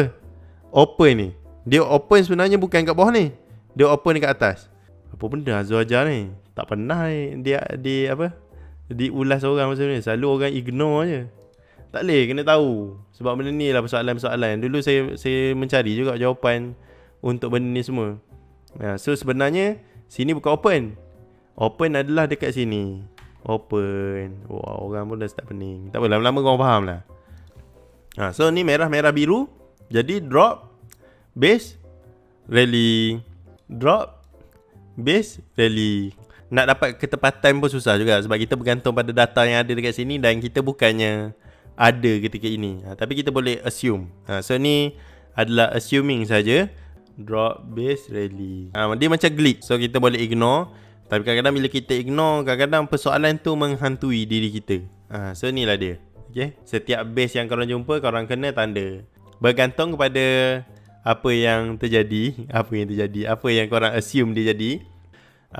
Dia akan mempengaruhi sifat dekat sini. So sifat dekat sini kalau kita gunakan daripada yang kita lukis tadi, daripada yang ni, maksudnya yang dekat sini apa benda? Ni kita lukis dekat sini lah. Senang ada colour kan. Ni jadi apa? Merah, biru, merah. So dia akan jadi drop, base, drop. So ada kekeliruan apa-apa. Ada soalan, jom kita sembang-sembang. Kita baca soalan. Tu beza kan belajar berguru dengan belajar ikut teori, ikut buku. So bila belajar berguru ada benda-benda yang macam benda ni tak ada dekat dalam buku. Macam mana nak explain? So bila kita belajar dengan guru, kita boleh tanya, guru boleh explain kalau ada kesilapan dalam market macam ni. Sebab tu perlu ada guru. So kalau macam contoh Abang Jim dia letak harga RM5,000, ada orang komplain, mahalnya, kenapa tak letak murah, tengok Anzu ajar free je. Tak boleh macam tu, sebab dia korbankan masa dia. Dia korbankan masa dia. Macam saya ambil RM10 je. Kalau tak ambil RM10 mana ada live ni. So tu lah. Ada beza Guru tak buka kelas. Guru lah buka kelas. Kadang-kadang kalau ada orang cakap kalau trader power kalau trader power dia tak buka kelas. Dia trader. Tapi kalau korang nak belajar dengan trader tu, automatik dia jadi guru. So automatik akan ada kelas. Lepas ada macam mana? Macam ni apa saya bagi tahu flow macam mana seorang guru tu mula charge orang. Saya dulu ni cerita pasal saya lah. Awalnya saya ajar free. People take things for granted. Maksud saya ajar personal. Saya memang betul nak ubah hidup orang lah. Macam tu. Saya tak ambil duit. Link affiliate pun tak ada. Memang no IB, no VIP, no jadah haram. Semua tak ada. Tapi orang main-main. Saya minta homework. Sorry lah, busy lah. Sorry lah, busy lah. Aku kena keluar tu. Kucing aku mati tu. Kucing aku beranak tu. Sorry tu. Apa tu. Kau ada duit aku nak pinjam. Faham lah? Dia nak duit senang. Dia tak nak belajar. Kita nak ajar, tapi dia tak nak belajar. Masa kita tak nak ajar, dia datang kata nak belajar. Bila kita ajar, dia tak nak belajar. Yang dia nak duit. Okay, berakhir yang grup ni. Lepas tu tapi ada juga yang menjadi. Daripada 20 orang yang kita ambil, 5 menjadi, 15 lagi ke laut. So 5 menjadi tu menjadi testimoni. Dia duk cerita lah, kau belajar trade dengan siapa? Aku belajar dengan Anzo, aku belajar dengan Anzo. Lepas tu ramai pula lah pergi bertanya, bang nak belajar. Saya tak ajar lah. Saya tak ajar. Lepas tu Cikgu Mansur tu cerita pasal saya lah. Cikgu Mansur pun suruh saya buka kelas. Saya try lah buka kelas. Saya tak 100. So bila letak 100 tu, ada juga orang nak belajar tak nak belajar, nak belajar tak nak belajar, nak belajar tak nak belajar. Sebab 100 tu bagi dia orang murah. Tu saya rasa kenapa lah dia orang ni pelik-pelik datang kat aku nak belajar. Lepas aku dah ajar, dia tak nak belajar, tak datang kelas apa semua. Apa benda dia orang ni Dia nak apa dalam hidup dia. Lepas tu tiba-tiba tengok dia pergi join kelas lain pula. Apa benda dia ni nak? Apa benda dia nak dalam hidup dia? Macam dia tak habis lagi belajar dengan aku, tapi lagi belajar dengan orang lain dah. Apa benda dia nak Lepas tu tak apa. Next tu saya buka kelas agak mahal. Tapi saya mengajuk je. Saya pergi mengajar orang luar negara. Saya buat international class. Saya ajar bahasa Inggeris semua. Yang tu saya charge berapa $1,000 ke $4,000 lebih kurang macam tu saya geram kan. Tapi sebabkan saya letak harga tinggi, student saya ada yang CEO, anak CEO, ada yang memang kaya, ada yang memang ada orang cakap memang kerja yang memang power lah. Kabel network yang power. So daripada situ saya viral satu dunia. Sebab yang datang pun jenis otak berguna sikit lah. Memang nak belajar. Memang dia nak increase dia punya knowledge. So daripada situ dia ada network yang besar. So dia introduce saya dekat orang apa semua. Ada yang jadi investor apa semua. So daripada situ lah saya punya booming. Sebab saya dah reti trade, cuma duit je tak ada. Kena faham. Nak trade kena ada modal besar. Tapi nak dapat modal besar tu macam mana? Dia ada macam-macam cara lah kalau Tuhan nak bagi kan. So tu salah satu cara Tuhan nak bagi. Lepas tu salah satu daripada student saya yang international tu tikam belakang saya. Dia pergi jual barang saya dekat orang. Pergi jual. Dan bila dia jual tu, orang viral, dia marah dengan dia. Dia pergi share. Tapi dia share tu bukan atas niat nak balas dendam kat saya ke apa. Tapi dia geram dengan student saya yang jual buku saya tu. Tapi dia dah minta maaf dengan saya. Dia cakap dia tak ada niat pun nak share benda tu. Tapi dia share sebab dia marah dengan tu dengan orang lain. Dia ingat ke orang tu yang sengaja. Sebab dia dalam buku cakap lain, dalam video cakap lain. Bila tanya dia jawab benda lain. Sebab video dengan buku tu dia rekod saya punya. Lepas tu bila dia nak explain dekat orang tak boleh. Sebab dia bukan gurunya. Faham tak? Lepas tu orang marah dengan dia. Orang rasa macam kena tipu. Sebab dia ignore bila orang tanya dia scene apa semua. Orang bayar kat dia $3,000 dia ambil. Dalam tu ada kat nak 500 ke 800 orang. Korang kira sendiri lah berapa. So dia bengang, dia viral lah. Saya pun tak tahu dia viral kat Discord apa semua. So daripada tu memang satu dunia orang cari saya. Bukan cari nak pukul ke nak bunuh ke apa. Nak belajar. So saya dah sakit hati. Saya tutup orang punya international punya. Saya tak ajar orang luar negara dah. Lepas tu saya buka Malaysia punya saya buka. Saya dah belajar pada kesilapan saya. Bila kita letak harga terlalu murah, orang akan pandang enteng. Orang akan ingat kita punya ilmu murah. Sebab harga tu dia maksudnya dia nak tahu ilmu tu power ke tak, tengok harga dia. Sama lah macam orang tengok nak tahu telur tu bagus ke tak, tengok telur paling mahal maksud paling sedap lah kot. Daging paling sedap maksud daging paling mahal lah kot. Tak saya dah makan wagyu yang paling mahal punya. Saya pernah makan. Tak sedap. Pening kepala, banyak lemak. Yang paling sedap sekali dia macam balance lah. Marbling dia tak terlalu melampau. Daging dia pun ada. Sedap. Kadang-kadang daging RM30 pun sedap juga. Tapi depend pada cara kita masak. Apa benda saya sembang tadi tu lah. So saya buka kelas dekat Malaysia, saya ambil dalam $1,000. 123. Bukan 777. 777. Ramai juga masuk. So dapat student yang berkualiti. Okay, nice. Tahun depan tu saya buat lagi 1, 2, 3, 4. 1, 2, 3, 4. Harga dia RM RM1,234. Main letak harga macam tu 1, 2, 3, 4 dah famous. Ramai orang nak. Tapi sebelum tu, sebelum tak ada YouTube lagi, saya memang famous dalam industri. Ramai orang nak belajar dengan saya. So saya letak 1, 2, 3, 4. Yang boleh masuk 100 orang saja. Lepas tu settle. Tahun depan pula dengan tunggu. Yang siapa yang terlepas tu, memang terlepas terus lah. Memang tak ada lah. Yang tu masa tu saya tengah kumpul saya punya fund juga. Maksudnya yang diorang akan dapat ilmu saya. Dengan exchange, duit diorang tu saya akan guna sebagai modal trade saya. Tapi tu lah, mereka adalah investor. Dan saya masa dalam hari pertama dan kelas pertama sekali saya bagi tahu, kalau korang cari duit pada saya, korang nak tengok saya kaya, saya memang tak kaya, saya memang miskin. Dan duit korang yang korang guna ni adalah modal untuk saya trade. Dan apa yang korang akan dapat, korang akan dapat ilmu saya. Saya akan ajar korang sampai pandai trade. Dan duit yang daripada korang bayar ni saya akan gunakan sebagai modal untuk saya trade. Bukan modal $10 macam tu. Maksudnya betul-betul nak trade secara profesional lah. Lepas tu okey lah, diorang semua okey. Betul saya bagi offer. Siapa yang tak setuju, rasa macam kena tipu ke, rasa macam aku ingat Hanzo kaya, rupanya tak kaya, boleh PM admin saya, nanti diorang akan refund. Dan buku, sebab admin saya akan bagi buku e-book ke apa ke untuk diorang baca sementara tunggu live class. Sebab masa tu online class pun 3 kali seminggu. Memang betul-betul hardcore punya kelas lah.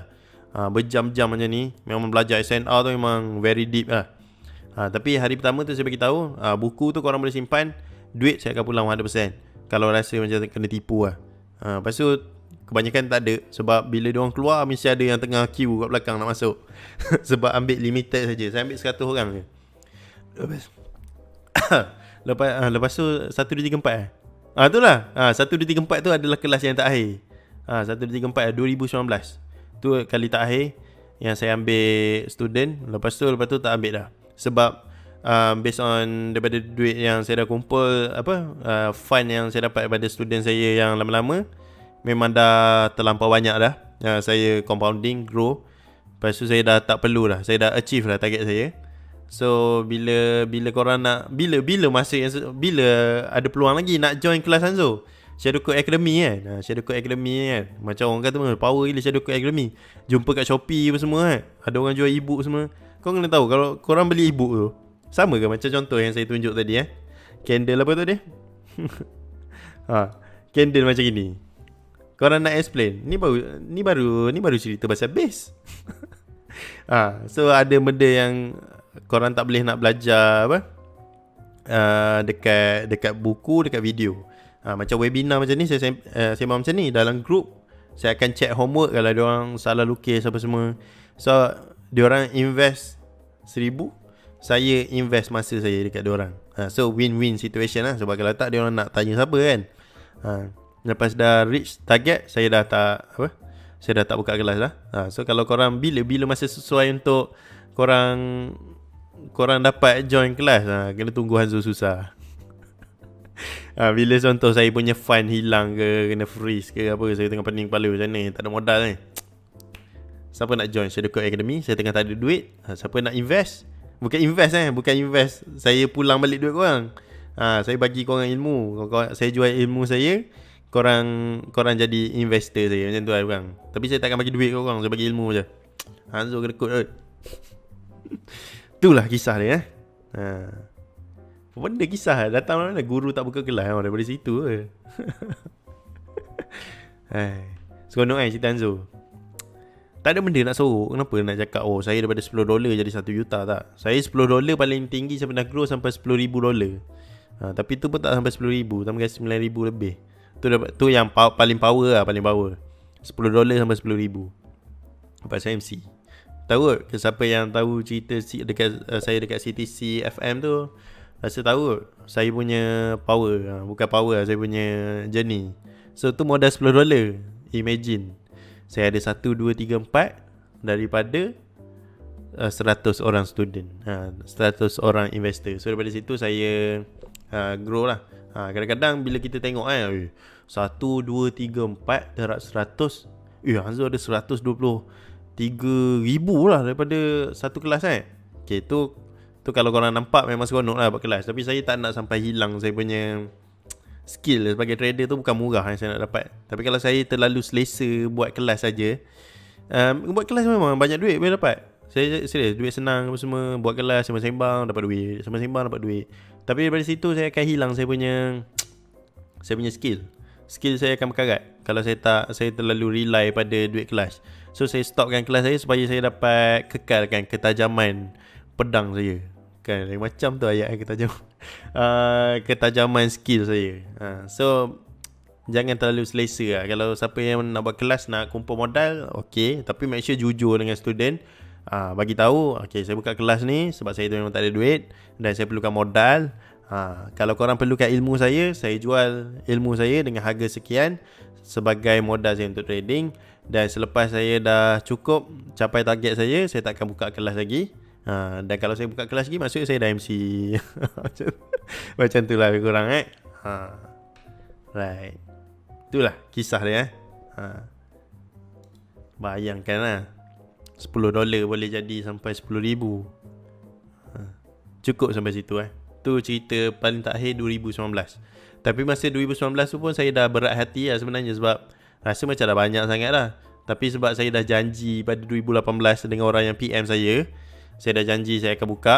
Saya buka lah kali terakhir. Saya dah cakap ni mungkin kali terakhir punya, tapi tak janji. Tapi itulah, tu kali terakhir lah. Lepas daripada tu orang PM saya pun memang tak ada. Admin saya pun saya dah rehatkan semua. So tu je lah.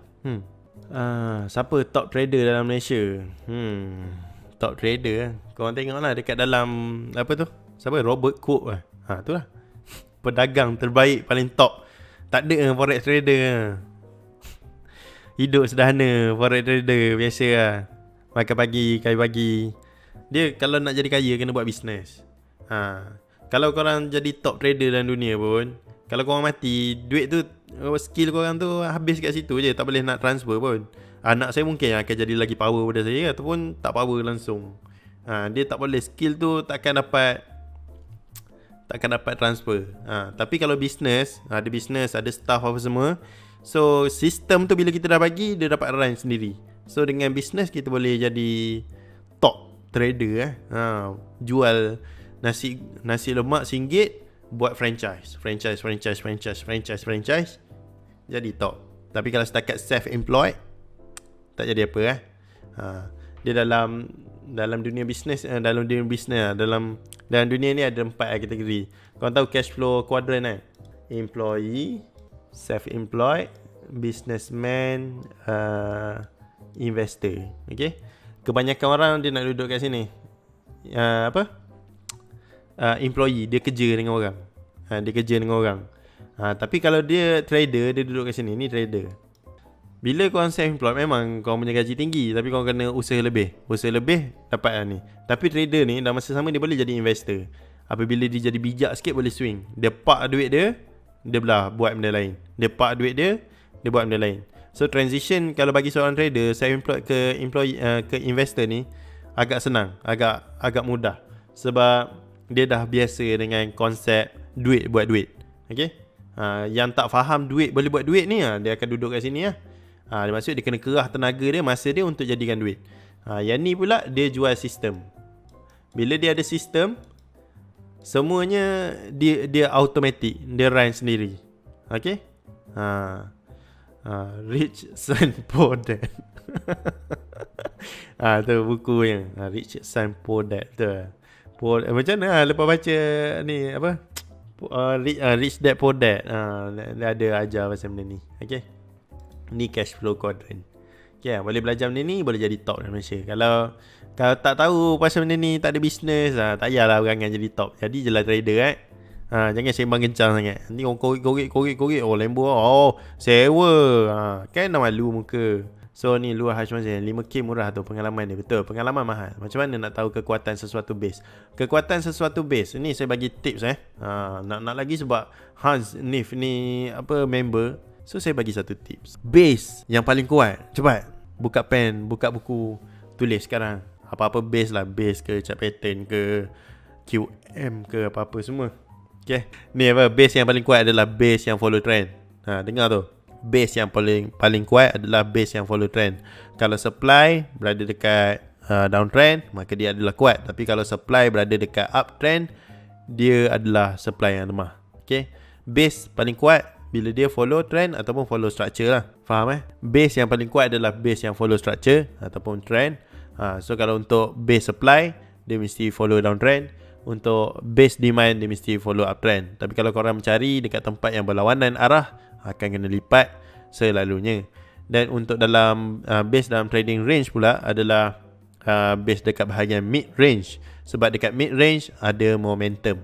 Okay, dapat? Okay, saya dah bagi tahu kat situ tips untuk cari base yang paling kuat. Dan apa-apa pattern pun, tu lah yang paling kuat. Okay, benda-benda semua setup pun kena follow rule ni. Barulah dia jadi yang paling kuat. Okay, saya harap korang dapat tulis. Okay, penandaan base tu next candle shadow dia kena lagi tinggi ke? Tak semestinya. Okay, ni shadow tinggi shadow tinggi pun jadi base juga. Dia ditentukan oleh shadow yang ni di break oleh satu body yang tak lebih daripada 3 candle dan mesti single color. Tak boleh lah 3 candle tiba-tiba kat sini biru ke apa, tak boleh lah. Dia mesti 3 candle maksimum dan memecahkan dengan body. Okay, base paling kuat dalam trading range adalah dekat mid range. Betul. Base paling kuat adalah base yang follow trend. Betul. Kalau korang dapat kait kan yang 2 piece 841 ni, kait kan, korang screenshot ni, korang try tengok dekat dalam trend. Kan trend kan ada mid range kan ada mid range, high range, low range. Tengok pergerakan trend tu sendiri. Bila dia membentuk mid range punya sequence, mid range macam tu. Ni mid range macam ni. Mid range. Kan ni mid range. So bila ada base drop ke apa kat sini, memang powerful gila. Orang masuk, tinggal masuk. Memang GTR tu petik jari je lah. Tak ada nak belagak apa pun. Sebab benda memang murah. Terbaik, mantap. Perbeza inside bar ni kan apa? Ni kan candlestick pattern. Kita kan tengah belajar base. Inside bar ke apa kan. Kadang-kadang kalau kita nak hafal apa candlestick pattern kan banyak beratus-ratus kan. Beratus kan, berpuluh kan. Tapi kalau kita belajar base, make it simple. Semua base. Makan 4 benda je kena tahu. Lepas tu 2 kategori, continuation, reversal. Inside bar apa semua tak payah. Nak tahu di rejection, shadow masuk full base ke, shadow masuk interbase, mana satu? Simple Jom kita screenshot lah. Lepas tu settle lah. Saya nak kena caw ni, lapor lah ni.